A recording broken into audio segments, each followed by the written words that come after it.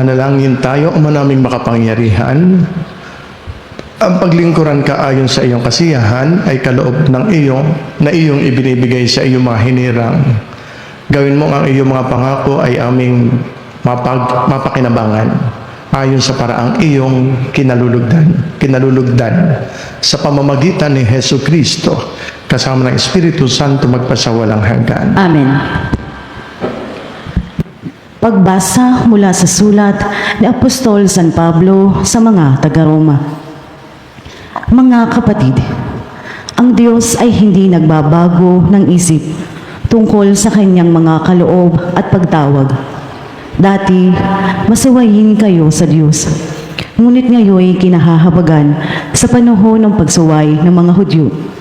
Gayon din naman, sila'y naging masuwayin, ngayong kayo'y kinahahabagan upang sila'y kahabagan din. Sapagkat hinayaan ng Diyos na maalipin ng kanilang kasalanan ang lahat ng tao upang maipadama sa kanila ang kanyang habag. Napakasagana ng kayamanan ng Diyos. Di matarok ang kayamanan, karunungan at kaalaman ng Diyos. Hindi malirip ang kanyang mga panukala at pamamaraan, gaya ng nasusulat.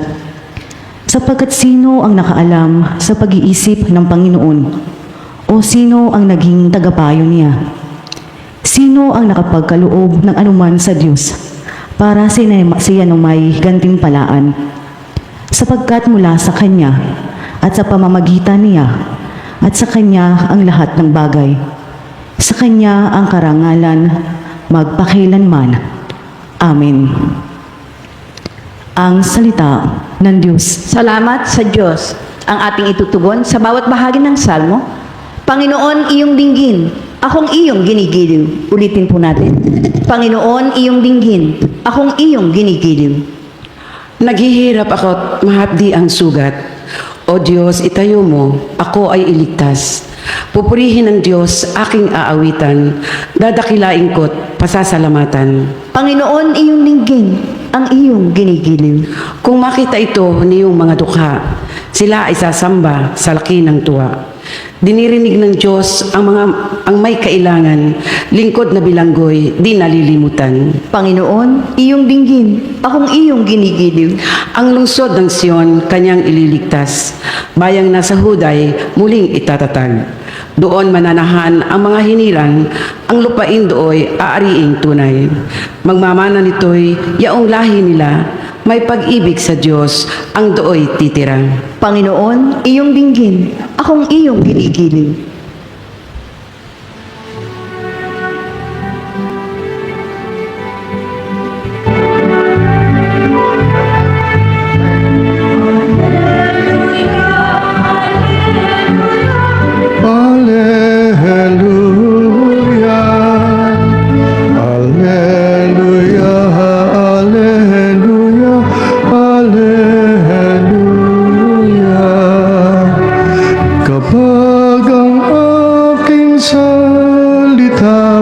Sa inyo ay naidambana, taglay niyo ang aking diwa.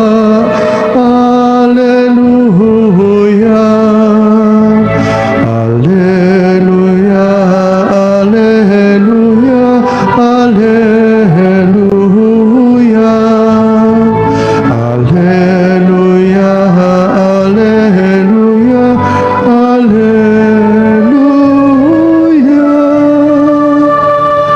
Sumainyo ang Panginoon. At sumayo rin. Ang mabuting balita ng ating Panginoon ayon kay San Lucas. Papuri sa iyo, Panginoon.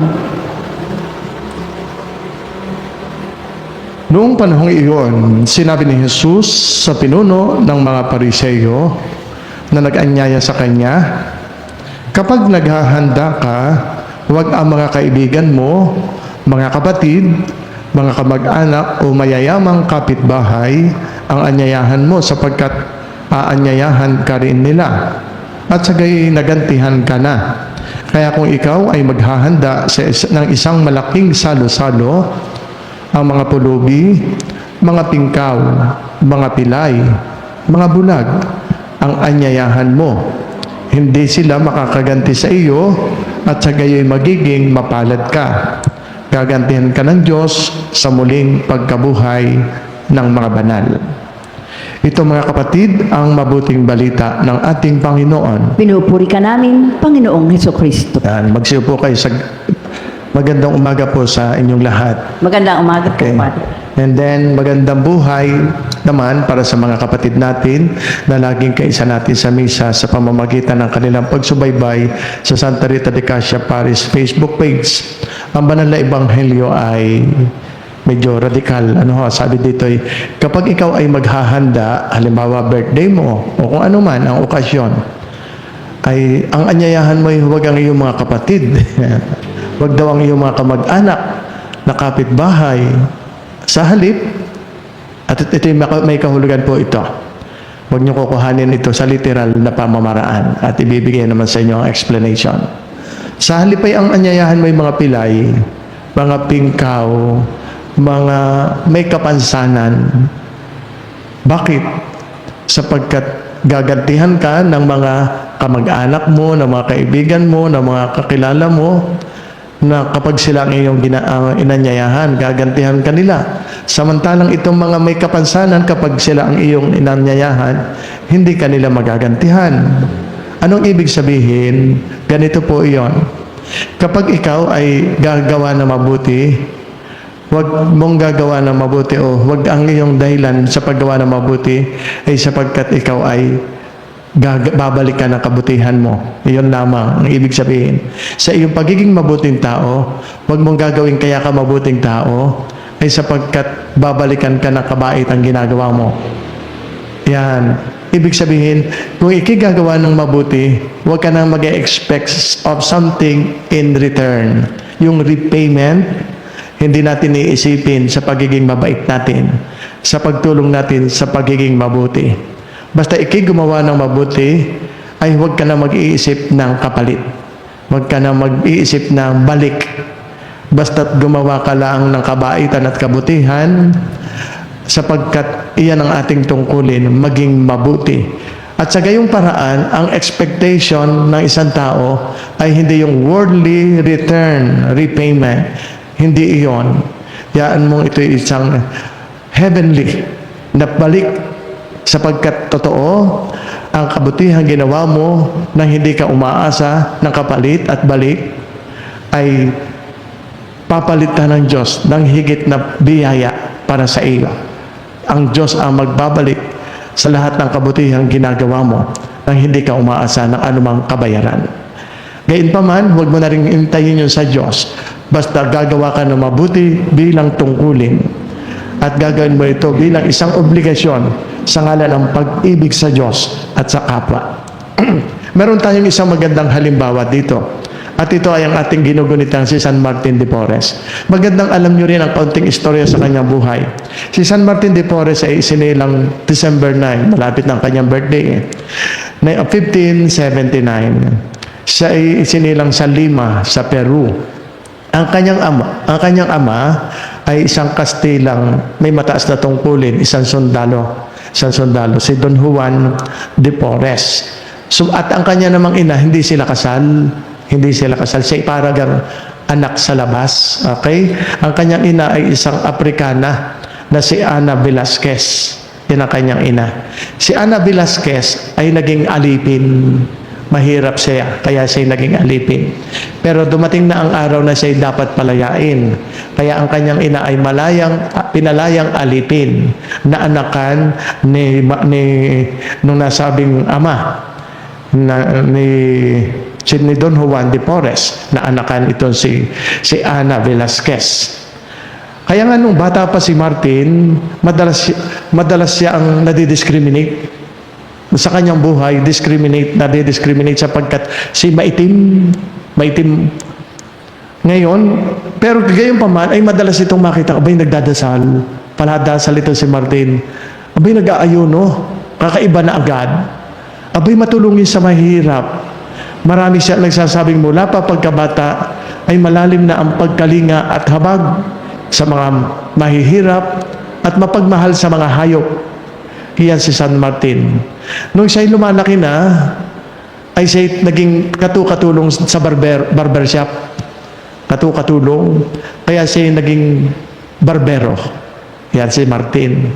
Simpleng tao. At nagkasabay din noon, siya ay tumutulong parang assistant nurse sa mga hospital. Siya ay tumutulong sa pag-aalaga ng may sakit. Kaya kahit papaano, alam niya ang basic ng pag-aalaga sa may sakit. Alam niya. Sa edad na 15, sumama siya sa orden ng mga Dominicano bilang kung tawagin ay donado.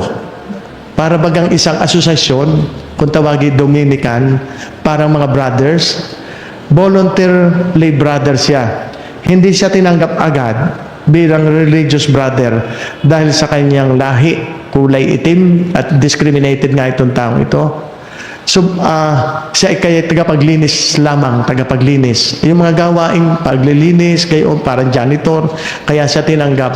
Pero kalaunan, kahit siya ay discriminated, ay siya ay nakita, abay ka bait, abay ka paladasal, abay ka sipag, ay kagaling, maglingkod, siya ay tinanggap na. At siya ay nabuhay ng pagkakabanal-banal, pagkakabait-bait, pagkakasipag-sipag, wala kang maipupula, puro magagandang katangian ang nakita kay Martin de Porres. Kaya naman siya nakilala bilang banal. Kilala, sumikat bilang banal.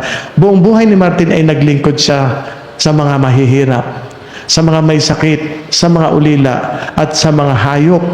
Hindi siya naging pari, sa brother lamang siya. Simple lang siya, tahimik, mapagpakumbaba, at maawaing tao. Siya ay namatay noong November 3, ngayon ng kanyang kapiyastahan, 1639 sa Lima. At siya ay naging santo noong 1962. Magandang alam nyo rin ang kanyang mga himala, attributed to him. Alam nyo, siya ay pag siya nag-alaga sa may sakit, laging gumagaling. Kahit malubha, laging gumagaling. Yung imposible nang gumaling, kapag siya nag-alaga, gumagaling. Kaya siya ay maraming miracles noong siya ay namatay na taging santo ng pagpapagaling sa mga may sakit. And then, basta nagdarasal sa kanya pinakikinggan. Alam nyo, siya rin po yung nagbabaylocate. Ang bilocation po ay halimbawang naggagamot ng may sakit dito, taga-alaga. At the same time, yung ding eksaktong oras, siya na may nasa ibang lugar at tumutulong sa mga mahihirap. One time, nagbabaylocate po siya.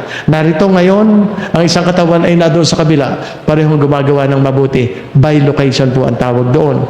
And then, siya po ay halimbawa may mga may sakit, bigla na lamang siyang lumilitaw sa room para pagalingin ang may sakit. Yan po si San Martin.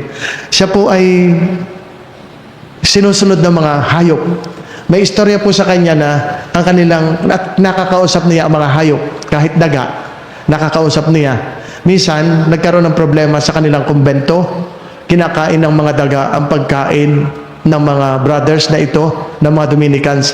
Kaya ang ginawa ng mga Dominicans, nagplano na lalasunin ang mga daga.